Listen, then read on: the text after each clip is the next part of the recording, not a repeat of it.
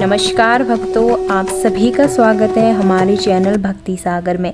क्या आपने कभी सोचा है कि जब शिव सबके हैं तो फिर ये क्यों कहा जाता है कि महिलाएं शिवलिंग की पूजा नहीं कर सकती? क्या शिव ने ऐसा कोई नियम बनाया है या समाज ने ये भ्रम फैला रखा है? आज भक्ति सागर में हम खोलने जा रहे हैं एक ऐसा राज जिसे जानकर आपके सोचने का तरीका बदल जाएगा। तो कुछ लोग यह कहते हैं कि महिलाएं शिवलिंग की पूजा नहीं कर सकती, कुछ कहते हैं कर सकती हैं लेकिन सीधे नहीं, कुछ कहते हैं रजस्वला होने पर वर्जित हैं और कुछ तो यह तक कह देते हैं कि स्त्रियों द्वारा शिवलिंग पर जल चढ़ाना भी पाप है। तो आज हम जानेंगे कि सच आखिर है क्या, शास्त्र क्या कहते हैं और हमारे पुराणों में इस विषय में क्या निर्देश देते हैं। सबसे पहले हमें यह समझना होगा कि शिव कौन है। शिव केवल एक देवता नहीं है, वे तत्व हैं, वे ब्रह्मा हैं, वे सनातन सत्य हैं। शिव का अर्थ है कल्याण, और जो कल्याण स्वरूप है वह सभी के लिए है। शिवलिंग केवल एक पत्थर नहीं है, वह शिव का प्रतीक है। शिवलिंग का अर्थ है सृष्टि का आरंभ। शिवलिंग वह स्थान है जहाँ ऊर्जा का उद्भव होता है, जिसे पुरुष और प्रकृति दोनों की एकता कहा गया है। अब प्रश्न उठता है कि जब शिव सभी के हैं तो महिलाएं उनकी आराधना नहीं कर सकती।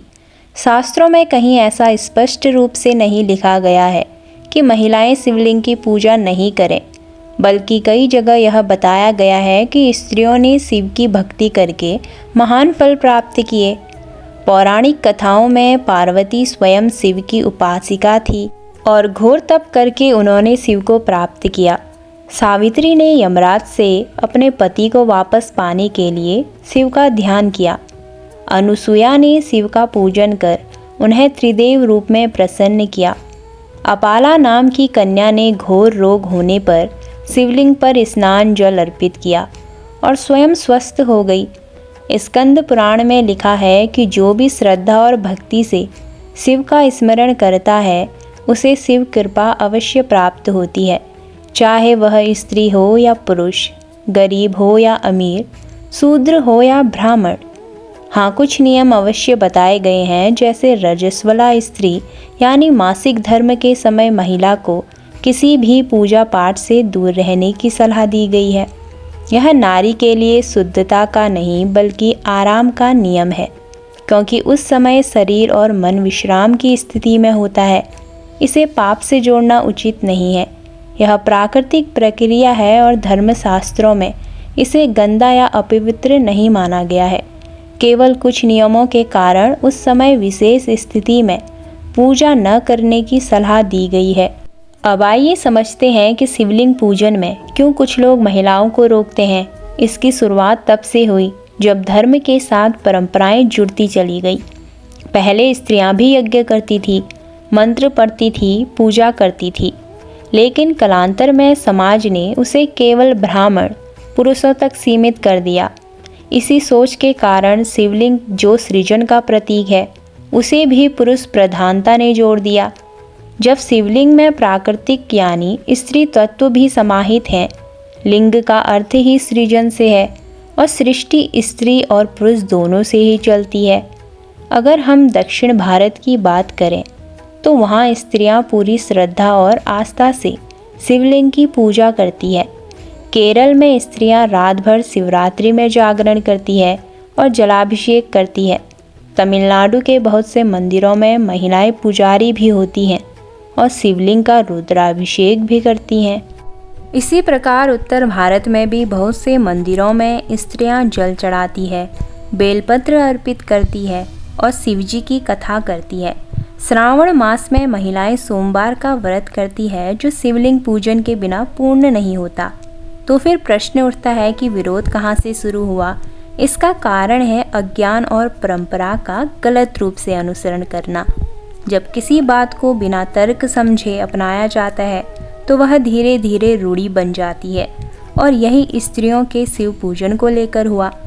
अब यदि हम शिवलिंग के स्वरूप को देखें तो यह केवल एक पिंड नहीं बल्कि साकार और निराकार का संगम है। यह ऊर्जा का केंद्र है जो पुरुष और प्रकृति दोनों की शक्ति को दर्शाता है। यदि शिवलिंग में स्त्री तत्व नहीं होता तो शक्ति यानी पार्वती का अस्तित्व भी नहीं होता। शिव और शक्ति एक दूसरे के बिना अधूरे हैं, और जब शिव स्वयं अर्धनारीश्वर हैं तो उनकी पूजा को पुरुष या स्त्री में क्यों बांटा जाए। अब कई विद्वान यह तर्क देते हैं कि शिवलिंग पुरुषत्व का प्रतीक है, इसलिए स्त्रियों को इससे दूर रहना चाहिए, लेकिन यह पूरी तरह आध्यात्मिक दृष्टिकोण को नज़रअंदाज करता है। शिवलिंग कोई भौतिक वस्तु नहीं, वह तत्व है, वह चेतना है जो ब्रह्मांड को चलाती है, और वह चेतना स्त्री पुरुष में भेद नहीं करती। कुछ स्थानों पर यह भी कहा जाता है कि स्त्री का शरीर जल अर्पण के समय चक्र के कारण अधिक ऊर्जा ग्रहण करता है, इसलिए कुछ विशेष तिथियों पर उन्हें शिवलिंग से दूर रहने की सलाह दी गई है। लेकिन यह कोई निषेध नहीं, यह केवल सुरक्षा के दृष्टिकोण से है, और आधुनिक विज्ञान भी यह मानता है कि ऊर्जा केंद्रों पर अधिक संवेदनशील शरीर को सावधानी से जाना चाहिए। अब यदि हम मंदिरों की बात करें तो काशी विश्वनाथ, उज्जैन महाकालेश्वर, केदारनाथ जैसे ज्योतिर्लिंगों में हजारों महिलाएं जल चढ़ाती है, रुद्राभिषेक कराती हैं और शिव कृपा पाती हैं। किसी भी मंदिर में ऐसा कोई नियम नहीं है जो महिलाओं को रोकता हो। हाँ, कुछ स्थानों पर परंपरा के नाम पर यह प्रचारित कर दिया गया है कि महिलाओं को दूर रहना चाहिए, लेकिन वह कोई शास्त्रीय नियम नहीं, केवल सामाजिक परंपरा है। अब हम यह भी ज्ञान लें कि रुद्राभिषेक स्त्रियां कर सकती हैं या नहीं, तो इसका उत्तर है हाँ, कर सकती है। अगर वे शुद्ध मन और श्रद्धा से करें तो शिव स्वीकार करते हैं। स्त्री को वे माँ समान मानते हैं और उनकी आराधना से प्रसन्न होते हैं। कुछ विशेष तिथियों पर जैसे शिवरात्रि, सावन सोमवार, अमावस्या, इन पर स्त्रियों को विशेष फल प्राप्त होता है यदि वे व्रत रखती हैं और शिवलिंग पर जल चढ़ाती है। बहुत सी स्त्रियां तो अपने विवाह की कामना से यह व्रत करती हैं और अनेक को शिव जैसे पति प्राप्त भी होते हैं। पार्वती ने भी यह व्रत किए थे। तो भाइयों और बहनों, निष्कर्ष यही है कि शिव की पूजा पर किसी का अधिकार नहीं, केवल श्रद्धा चाहिए, भाव चाहिए और समर्पण चाहिए। शिव किसी को नहीं रोकते, हम उन्हें रोक देते हैं अपने संकीर्ण विचारों से, अपने सीमित ज्ञान से और समाज की रूढ़ियों से। तो आज ज़रूरत है कि हम शास्त्र को सही ढंग से समझें और भाव से जुड़ें।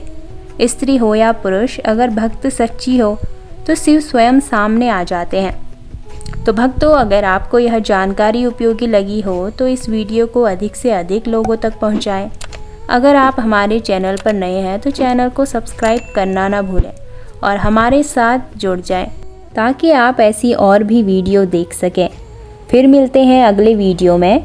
जय श्री महाकाल।